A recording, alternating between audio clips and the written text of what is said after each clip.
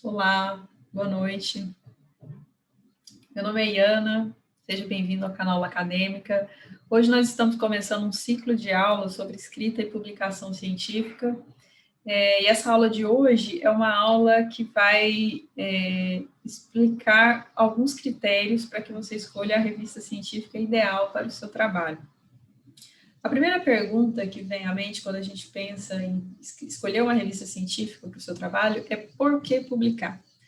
Por que vale a pena publicar e por que vale a pena escolher uma revista científica que seja uma revista de peso, por exemplo? A primeira resposta óbvia que vem à mente é manter a visibilidade dos seus resultados, né? Depois de tanto tempo investido na obtenção de determinado resultado, no desenvolvimento de um trabalho, o que se espera é que você publique esses resultados, primeiro que você publique esses resultados, e segundo que você tenha uma publicação de peso. Às vezes acontece de você ter alguns profissionais, inclusive fora da vida acadêmica, que mantém uma produção científica frequente, constante, mesmo depois de fazer mestrado e doutorado, mas que não se preocupa tanto com o peso dessas publicações. E aí a primeira pergunta que você tem, né, é o primeiro ponto de interrogação que aparece, é por que você não publica numa revista que seja mais abrangente? Uma revista que tem um fator de impacto, por exemplo, que é uma das métricas que é usada para avaliar a qualidade de uma revista. Uma revista que tem um fator de impacto mais baixo não significa que essa revista seja ruim, por exemplo, mas ela tem uma abrangência mais regional. Então, um dos objetivos dessa aula de hoje é mostrar que é possível você publicar em algumas revistas que têm um impacto mais abrangente, é possível você procurar essas revistas de modo que essas revistas estejam alinhadas com o objetivo do seu artigo também, e aí você acaba alavancando a sua carreira, você consegue, se você for pensar nas questões burocráticas, a grande maioria dos programas de pós-graduação, elas exigem que você tenha publicação científica antes mesmo de defender, né, de marcar a data da defesa, ou de pegar o diploma. No caso do programa de pós-graduação em que eu me formei, a gente precisava de ter a publicação para pegar o diploma. Eu acredito que hoje até já é diferente isso, já está um pouco mais criterioso essa questão das publicações. Por quê? Porque a publicação, um artigo científico publicado, ela é uma moeda de troca. As publicações são consideradas moedas de troca dentro da vida acadêmica. É com uma publicação que você consegue mostrar o que você tem feito e a qualidade daquilo que está sendo feito. Isso para você, aluno de pós-graduação, para professores que já terminaram o programa de pós-graduação, os professores, eles são exigidos, existe uma exigência para que os professores continuem publicando, afinal de contas, eles estão dentro da universidade, né, eles têm toda a máquina de institucional a favor deles, e existe uma pressão também com relação às universidades. As universidades, os programas de pós-graduação dentro das universidades, elas precisam apresentar uma determinada qualidade de publicação ali para conseguir verba, para se manter, para pontuar dentro dos programas de fomento do país, enfim. Com as publicações, você consegue financiamento, você consegue uma posição melhor no concurso, você consegue mostrar o seu trabalho dentro da comunidade científica, e você consegue também impactar, alavancar aquele trabalho que você está realizando, né? No caso de profissionais que já terminaram a pós-graduação e que continuam, por exemplo, que trabalham em uma determinada área, é importante que você sempre procure alavancar aquele trabalho, produzir melhor, sempre melhorar a qualidade daquilo que você está produzindo. E para isso, você precisa publicar em revistas de peso. E revistas de peso que eu falo em revistas que sejam sérias, né? Que você tenha uma prática de publicação séria. Nessa aula, eu abordei alguns critérios que você pode utilizar para avaliar uma revista antes de submeter seu artigo. Um dos objetivos um dos motivos pelos quais eu acho que é importante, às vezes pode até parecer um pouco básico para quem já tem a prática de submissão, mas, por exemplo, a Lula Acadêmica é uma plataforma de educação que foi criada por mim, que tem o objetivo de disseminar conteúdo sobre escrita e publicação científica. E eu já recebi mais de uma vez, né, a gente começou a trabalhar em 2018, 2017, 2018, e nesse período eu já recebi mais de uma vez mensagens de pessoas perguntando qual que é o qualis do Lacadêmica, e se a gente publica artigo científico. Algumas pessoas, inclusive, me mandam o artigo.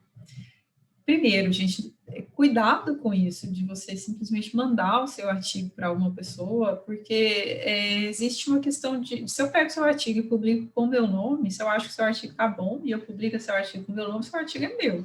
A gente pode entrar numa disputa lá por conta disso e tal, mas, enfim, não saia mandando seu artigo não publicado, assim, para as pessoas que você não conhece. Fica a dica. Mas, enfim, o objetivo dessa aula é justamente mostrar o que você tem que olhar, o que você precisa checar antes para saber se essa revista ela é confiável ou não. Infelizmente, existem algumas práticas que têm sido bem frequentes ultimamente, que são as práticas das revistas que são chamadas de predadoras, que são revistas que querem pegar seu dinheiro, publicar seu artigo ali de qualquer jeito, e aí você fica com o seu nome associado com o artigo, e esse artigo já foi publicado, então você não pode publicar em outro lugar se você quiser, e é um pouco, sim, é um pouco queimação de filme, sabe? Você mostrar para as pessoas, você colocar no seu currículo um artigo que tenha sido publicado numa revista predadora. Então é importante a gente ficar bem atento com relação a onde a gente está mandando o nosso artigo. Certo? Então, alguns dos principais fatores, dos principais critérios que eu acredito que sejam importantes avaliar quando você vai escolher uma revista científica, primeiro é o fator de impacto da revista. Eu vou falar um pouco sobre cada um.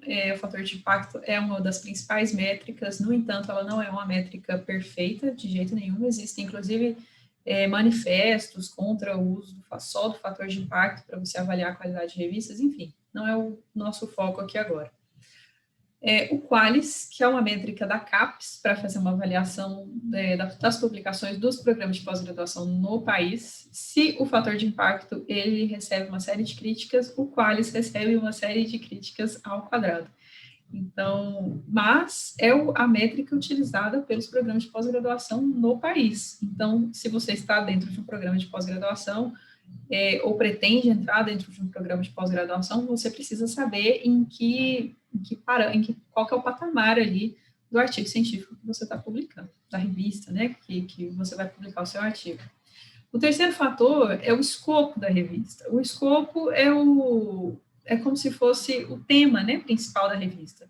Então, se você tem, por exemplo, uma revista que publica principalmente dados ou artigos que sejam publicados, que sejam realizados com dados clínicos em seres humanos, e o seu trabalho foi realizado em um modelo animal, talvez não seja tão interessante você perder o seu tempo e o tempo dos revisores enviando o seu artigo, a não ser que o seu artigo seja o artigo que tenha realmente um resultado que seja assim, bem disruptivo, inédito, que você contribua enormemente para aquela área e que você ache, de fato, que aquela revista seja ideal para o seu artigo. Quando você submete o seu trabalho, o seu documento do Word lá, contendo, né, ou o seu editor de texto, contendo o seu trabalho, a gente sempre encaminha junto uma carta para o editor, em que a gente, entre outras coisas, a gente argumenta para o editor por que a gente está mandando aquele trabalho. Então, se você tiver essa justificativa, se você for uma pessoa que queira argumentar com o editor e queira tentar, mesmo que o escopo da revista não esteja 100% ali associado com o seu trabalho, você pode fazer isso, mas existe uma chance maior do seu trabalho ser rejeitado. Então, a questão do escopo nem é tanto com relação à qualidade da revista, mas é com relação ao alinhamento do seu trabalho com a revista. Você escolheu uma revista que esteja mais alinhada com o tipo de trabalho que você está submetendo. Um outro ponto, um quarto ponto, é com relação ao corpo editorial da revista. Aqui, de novo, não é uma questão que está diretamente associada com a qualidade da revista, No entanto, eu fiz um curso uma vez em que os professores eles levantaram essa questão de você avaliar o corpo editorial da revista. Por quê? Porque você tem o escopo. No entanto, os editores são as pessoas que vão entrar em contato, vão ter o primeiro contato com o seu trabalho.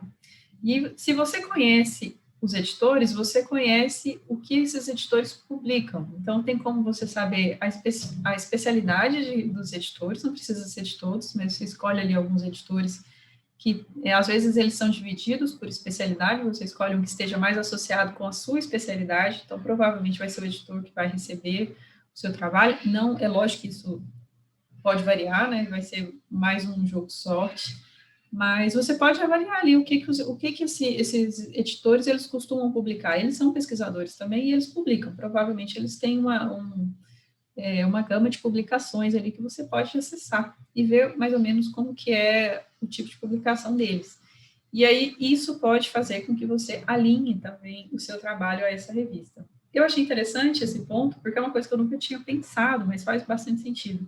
Se você faz essa avaliação mais fina, principalmente para quem está começando a pensar em começar a escrever o artigo, quem não tem o artigo ainda pronto, já pode fazer o artigo já tendo uma revista, né? Se aconselha que você escolha uma revista científica logo antes de começar a escrever o artigo. Isso faz com que você já escreva no formato da revista, você já faça essa avaliação do escopo da revista antes, e aí você pode também fazer essa avaliação, você já tem mais tempo, né, para fazer essa avaliação com relação ao corpo editorial. Você dá uma olhada ali no que esse pessoal está publicando e já vê se aquilo ali está alinhado com o seu trabalho ou não.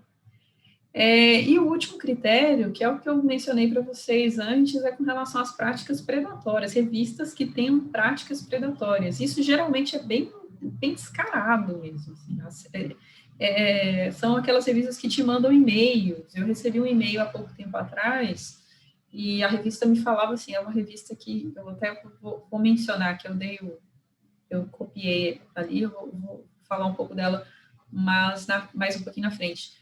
Mas é uma revista que me prometia, por exemplo, uma publicação em 3 dias úteis.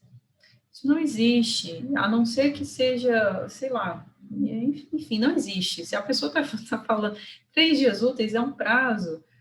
Só para a gente entender como que funciona o processo editorial. Quando você submete, né, se você não está familiarizado com esse processo ainda, quando você submete o seu trabalho numa revista, quem vai receber a sua revista vai ser o editor da revista. Esse editor, ele vai fazer uma triagem inicial. Essa triagem inicial geralmente está relacionada com o escopo, ele vai ver se o seu trabalho está dentro do tema, se não fugiu ao tema, se está formatado do jeito que a revista quer que esteja formatado, se faz sentido aquele trabalho. Enfim, ele faz uma avaliação de triagem, uma avaliação inicial, e se ele acha que o seu artigo é um artigo que tem importância, que seja abrangente, que seja inédito, aí ele faz o encaminhamento desse artigo para os revisores. E esses revisores, eles não são pessoas da revista, eles são pesquisadores independentes. Então, por exemplo, se eu sou uma pesquisadora, eu trabalho em uma determinada universidade, eu posso ser revisora.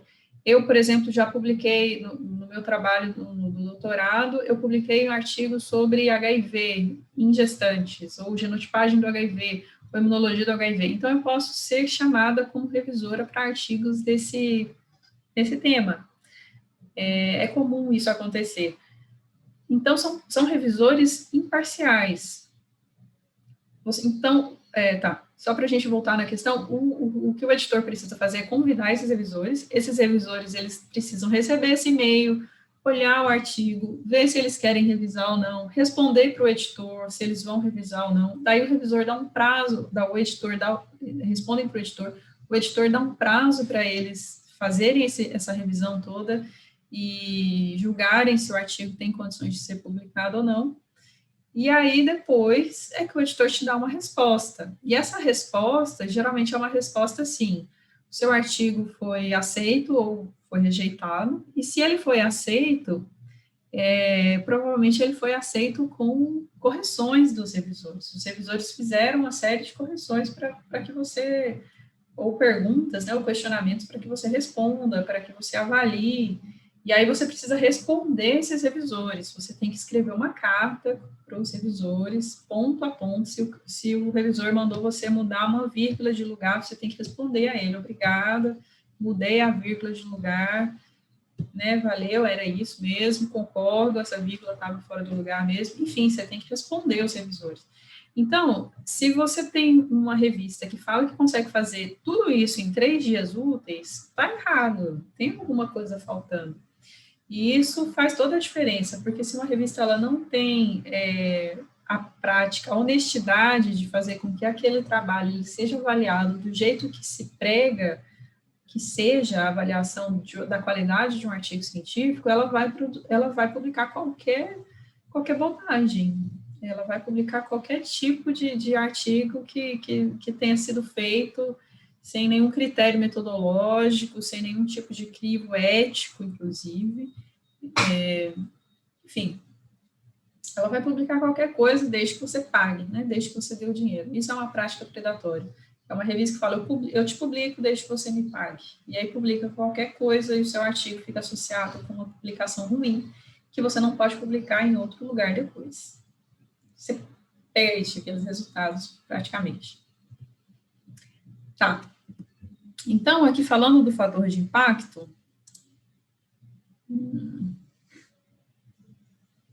new share. Então, aqui falando do fator de impacto, só para a gente ver na prática como que isso funciona, eu selecionei aqui algumas páginas de algumas revistas para a gente avaliar como que essas revistas se apresentam. Então, por exemplo, a gente tem uma revista aqui, que é uma revista que eu nunca tinha ouvido falar, uma revista de psicologia não é muito a minha área, e eu estava vendo um artigo hoje sobre um determinado tema e tinha um trabalho que estava publicado nessa revista, que tinha uma abordagem mais da área da psicologia. Tá, eu entrei nessa revista para ver, eu nunca tinha ouvido falar dessa revista, então não sei se é uma revista séria ou não. Primeira coisa que eu avalio aqui quando eu entro no site da revista ela me fala que o fator de impacto já de cara. E esse fator de impacto aqui não tem nenhum asterisco, não tem nenhum nada. O fator de impacto dela é de 1,7. Isso é um fator de impacto bom? Dependendo da área o fator de impacto de 1 a 5, mais ou menos, geralmente ele é um fator de impacto mediano. Não é ruim, não é bom, mas também não é ruim. É importante a gente fazer essa avaliação do fator de impacto com relação às áreas. Então, tem algumas áreas, por exemplo, que você não vai ter uma revista que tem um fator de impacto maior do que 5. A revista mais prestigiada daquela área vai ser uma revista que tem um fator de impacto 5. No entanto, você tem algumas outras áreas que o fator de impacto vai lá para cima. Você tem fator de impacto de 30, 40, 50, 60. Né? Mas essas são as minorias das revistas científicas. Existem algumas estimativas, né, dependendo da área, e aí você tem, por exemplo, um fator de impacto menor do que 1, um fator de impacto baixo, não é muito bom. De 1 a 5 é um fator de impacto mediano, você pode até dividir isso de 1 a 3 seria mediano, de 3 a 5 já é uma revista boa, e de acima de 5 seria excelente, uma revista considerada excelente. Aqui ela já está mostrando o fator de impacto dele, da revista, o que já é uma prática, né, que já demonstra Mas eu vou mostrar ali na frente uma outra revista que coloca o fator de impacto, mas tem um asteriscozinho aqui, tem um parênteses, que tem uma pegadinha. Tá, uma outra coisa é uma revista da Taylor & Francis, é uma editora conhecida, é uma espécie de uma editora conhecida que tem uma série de revistas relacionadas a ela, então já mostra que é uma revista séria. Mesmo que seja uma revista que tem um fator de impacto baixo, ela é uma revista séria. E aqui você tem todas as informações que você precisa. Por exemplo, se você for publicar nessa revista aqui, a primeira coisa, você pode publicar no modo Open Access. O que significa isso?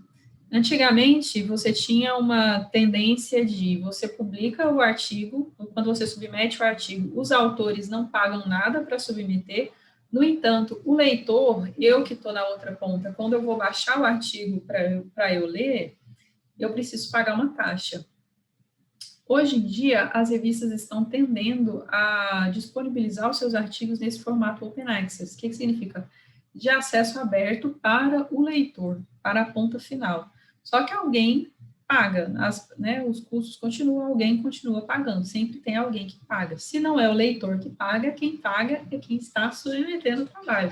Então, agora, as revistas passam esse custo na submissão. Então, se você tem algumas revistas que você pode publicar, você pode escolher, eu não quero publicar com acesso aberto, e aí você não paga nada para submeter. No entanto, existem as revistas que são mistas, você pode escolher se você quer disponibilizar né, você quer pagar ou você quer disponibilizar para o leitor de acesso aberto, e você quer disponibilizar para o leitor o acesso aberto, ou você não quer pagar, e aí o leitor precisa fazer uma inscrição na revista, ou, né, geralmente é a universidade que tem inscrição na revista, e você faz o acesso pela universidade. Geralmente é assim que acontece. E do mesmo jeito que o aluno que está dentro de uma universidade, a universidade fez a assinatura de uma revista, o aluno tem acesso à revista porque a revista fez essa assinatura, também existem algumas universidades que disponibilizam verba para que os pesquisadores publiquem. Então, existem algumas universidades que têm verba para publicação. Aí enfim, é toda uma discussão, né? Quando você envolve essa questão de verba para qualquer coisa relacionada à pesquisa, você entra num vórtice que eu prefiro não entrar aqui agora, né? Enfim. Tá, essa é uma outra informação interessante aqui na página dessa revista, e você tem outras informações aqui do lado, olha, tem sobre o artigo, então aqui tem objetivos e o escopo, aqui a gente vai ter todas as informações que a gente precisa, que tipo de artigos que essa revista publica, instruções aos autores, tudo que você precisa saber para você publicar, né, nessa revista especificamente, o tipo de formatação, o tipo de formatação das referências bibliográficas, o tipo de apresentação do trabalho, como que é o abstract, enfim, as peculiaridades de cada revista para publicar. As informações sobre o jornal, editorial board, que é o corpo editorial que eu tinha falado, aqui tem todas as pessoas que trabalham ali que fazem parte do corpo editorial, né? Então, por exemplo, quando você for escrever a sua carta para o editor, você vai escrever para esse cara aqui, ó. Esse cara aqui que é o editor da revista, e você escreve direcionado a ele. Enfim, tem todas as pessoas aqui que fazem parte, você não precisa ficar olhando um por um para saber o que eles publicam, não. Isso é só uma questão de você avaliar né, o alinhamento do seu trabalho com eles. É importante você saber quem que esse cara tá, o que esse cara faz, aonde que ele publica, enfim, qual a linha de trabalho dele. É uma informação a mais que você tem.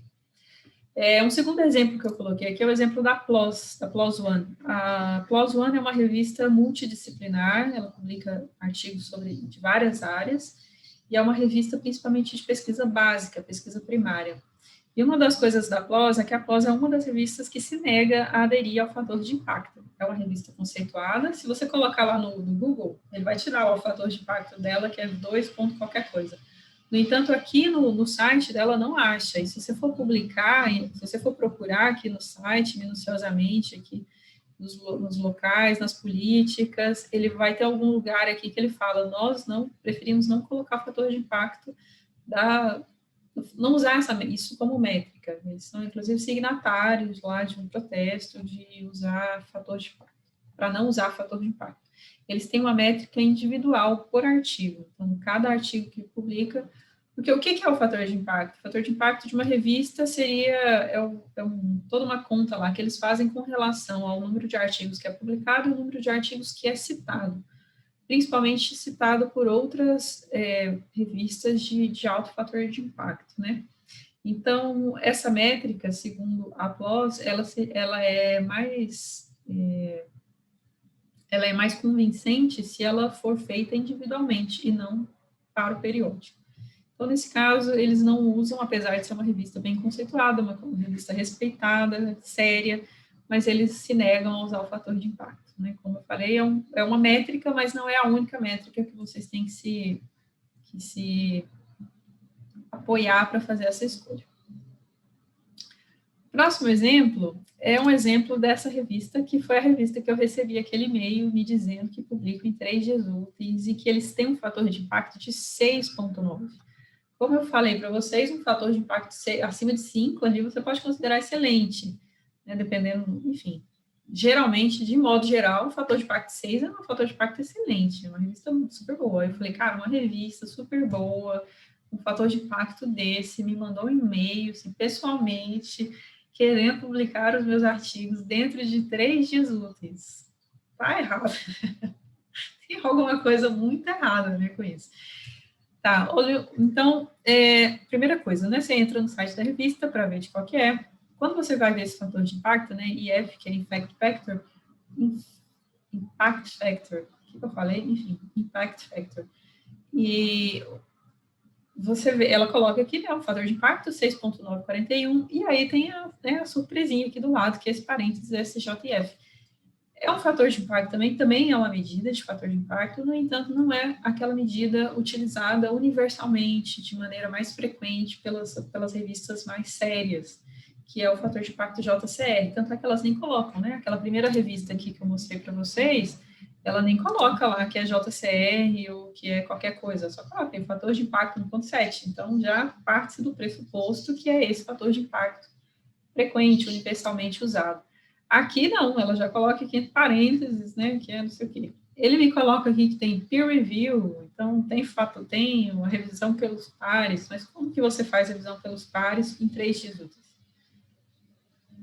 Enfim, aqui a gente vai, uma outra curiosidade com relação ao site dessa revista aqui, é que ele me coloca, ele tem um preço, inclusive, né, ele é pago, né, é uma característica das revistas com práticas predatórias, é que elas vão te cobrar, com certeza, para você publicar nela. Ela cobra, eu dei uma olhada aqui, você pode procurar aqui depois com mais cuidado, mas ela cobra por autor. Quanto mais autores, se você aumentar o número de palavras, você paga mais, tá? Enfim. Mas uma outra peculiaridade aqui dessa revista é que ela coloca aqui do ladinho, ó, aprovada no Qualis do Brasil. E aí você clica e, de fato, ela está lá classificada no Qualis, inclusive aqui Ciências Agrárias B5, Educação B4, Medicina Veterinária B5, a maioria das áreas aqui em C, mas ela tem publicação B5. O que significa isso? Ah, está classificada no Qualis, então é uma revista boa? É aquela questão da subjetividade na hora de você avaliar a qualidade. Por isso que tanto o fator de impacto quanto o Qualis não são métricas perfeitas. O Qualis, ele vai avaliar, aqui você está vendo o evento de classificação, ele vai avaliar as publicações que foram realizadas no país, nos programas de pós-graduação do país, nos últimos anos. Aqui ele tem a avaliação do quadriênio de 2013 a 2016. Vamos supor que nesse período ninguém publicou na Nature. Se ninguém publicou na Nature, ela não vai aparecer no Qualis Cap. Então, você vai me falar assim que uma revista, né, que é uma das melhores revistas do mundo, ela não está classificada no Qualis. E você tem uma revista aqui, que é a Paripex, indiana, predadora, nível hard, e ela me vem com uma classificação aqui. Por que ela está classificada no Qualis? Porque alguém publicou nela. Alguém caiu nesse e-mail, achou que esse e-mail tinha alguma coisa surpreendente e resolveu pagar para ver e, né, colocou o nome ali nessa revista. E por algum motivo ela foi classificada aqui no Qualis, ou por algum outro motivo que eu não saiba também, né? Ela foi classificada aqui no Qualis. Tem classificação no Qualis? Tem. Você publica nessa revista? Não, gente, não faça isso. Não publiquem nessa revista nem em outras. E se você tiver alguma dúvida ainda sobre se vale a pena ou não publicar numa revista, ou se essa revista é predadora ou não, existem sites já que listam essas revistas predadoras. Esse aqui, por exemplo, é um dos sites que chama predatoryjournals.com. Se você tiver em dúvida se a revista que você está usando, se você está em dúvida se a revista que você está usando, se você está em dúvida que a revista que você está submetendo é uma revista predadora ou não, você coloca aqui nesse site, entra aqui nesse site, no Predatory Journals, e publica aqui.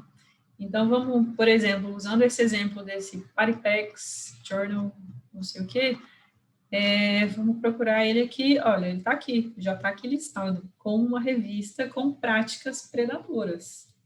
Então, não dá uma checada aqui nessa lista, olha o tanto de revista que tem aqui, ó, tá separadinho por ordem alfabética, e você tem como evitar uma queimação de filme desnecessária ao publicar o seu artigo numa revista dessa. Né? Então, tá. Esse era um outro exemplo que eu queria mostrar.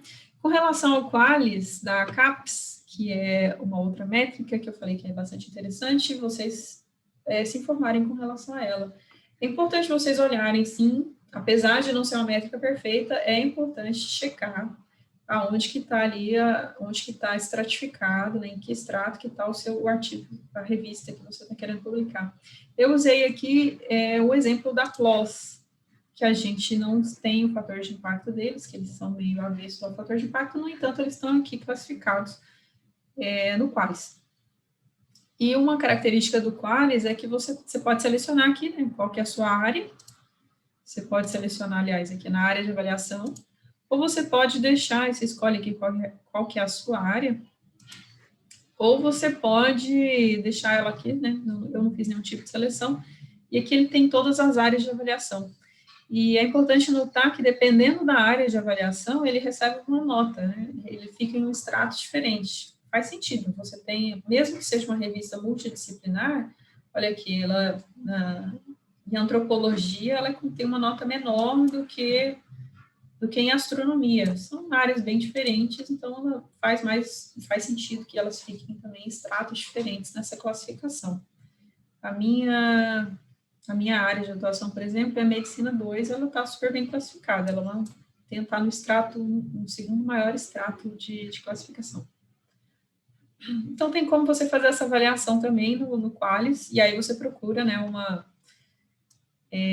o Qualis, ele vai de A, A1, A2, B1, B2, B3, B4 e C. Se eu não me engano, é essa a classificação do Qualis. C, você nem cogita publicar numa revista que seja C. B4 também eu acredito que não vale a pena, B3, B4, eu acho que não vale a pena publicar em alguma revista que tem um peso tão baixo. É melhor você tentar publicar numa revista que já tenha um extrato maior do Qualis. E justamente porque o Qualis é utilizado na pós-graduação para pesar o seu artigo.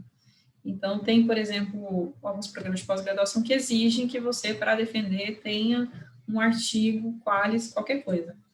Ou, enfim. Então, né, se você está dentro desse imbróglio institucional com relação às métricas, é melhor você entender um pouco sobre elas e tentar não fugir muito ali da classificação que eles usam. E, por último, eu gostaria de mostrar para vocês algumas ferramentas que você pode utilizar para escolher a sua revista, né, uma revista específica. Existem várias ferramentas, eu vou deixar listada aqui na descrição do vídeo algumas dessas ferramentas. Eu vou mostrar aqui duas, uma delas é essa Jane, que é uma abreviação, que eu não lembro o nome, não lembro como que é essa abreviação, mas eu utilizei aqui, geralmente você faz uma busca pelo resumo, você pega o resumo do seu texto, do seu artigo em inglês, geralmente né, se você quiser publicar numa revista em inglês, e que é a grande maioria das revistas, eu inclusive aconselho que você procure essas revistas, você faz essa busca pelo seu resumo. Uma característica do Jane é que você pode fazer essa busca por palavra-chave, pelo título ou por palavras-chave. E aí ele te dá uma sugestão aqui, ó, de revistas que têm esse alinhamento com as palavras-chave que você colocou na busca. Eu usei como exemplo um artigo que foi publicado no Lancet, e ele me sugeriu o Lancet. Sim. Tá. Aqui uma outra ferramenta também de procura de artigos, e aqui uma questão de procura de revistas, e aqui uma outra questão é que cada uma dessas ferramentas, desses sites, eles procuram as revistas que estão dentro do grupo deles. Então, tem um grupo de revistas, e pode ser que quando você procure uma ferramenta, ele exclua alguma revista que seja muito boa, mas que esteja, né, faça parte de outro grupo. Então, eu aconselho que, se vocês forem utilizar essas ferramentas de procura de artigo, de sugestores de revista, procura de revistas, né, ou ferramentas que fazem sugestão de qual revista está mais alinhada com o seu artigo, que vocês usem várias ferramentas e não apenas uma, porque você pode ter essa diferença com relação aos grupos de revista. Esse aqui, por exemplo, é o Journal Selector. Você pode fazer, você entra aqui no site do Journal Selector e você pode fazer uma busca, eu faço por resumo e palavras-chave. Aqui eu utilizei um resumo aleatório de um artigo que eu achei na internet, publicado já, e aí você faz essa busca, né? E ele vai fazer vai apresentar para você aqui os resultados que mostram o fator de impacto. Olha só, ele já lista aqui, por exemplo, ele listou a PLOS como revista número 1, e já colocou, olha, o fator de impacto é médio, mostra aqui algumas outras informações com relação a ele. O British Journal of Cancer, fator de impacto muito alto, e ele está aqui como segundo listado. Então, você já tem como saber também, né? Você já sabe qual que é o tipo o nível de evidência do seu artigo, tem os níveis de evidência lá você tem ensaio clínico, os estudos prospectivos, enfim, você tem aquela lista de nível de evidência, então, se você tem uma revista aqui que tem um fator de impacto muito alto, mas o seu artigo, ele foi um artigo do tipo estudo de caso, relato de caso, alguma coisa, ou que não tem que não tem um nível de evidência muito alto, às vezes não vale a pena você tentar nessa revista que tem esse fator de impacto muito alto, a não ser que seja o artigo disruptivo da área, né? Enfim, é importante, então, gente, o importante dessa aula, acho que o objetivo principal é mostrar essas ferramentas que vocês podem utilizar para escolher uma revista científica e passar essa mensagem de que é, sim, importante escolher revistas sérias, revistas que têm uma prática não predadora, né? E mesmo as revistas que cobram para você fazer essa publicação, desde que seja uma revista que faça isso com integridade, que não esteja usando uma prática desonesta para você cobrar, que não esteja utilizando uma prática desonesta para fazer isso, é importante que a gente fique atento nesses critérios de qualidade para que você não perca tempo escolhendo uma revista que não está alinhada com o seu trabalho e nem cometa o erro de cair numa armadilha de fazer uma publicação em uma revista que não é séria, que tem práticas desonestas e antiéticas. Certo? Espero que tenha sido útil essa aula. A gente se vê na próxima. Tchau!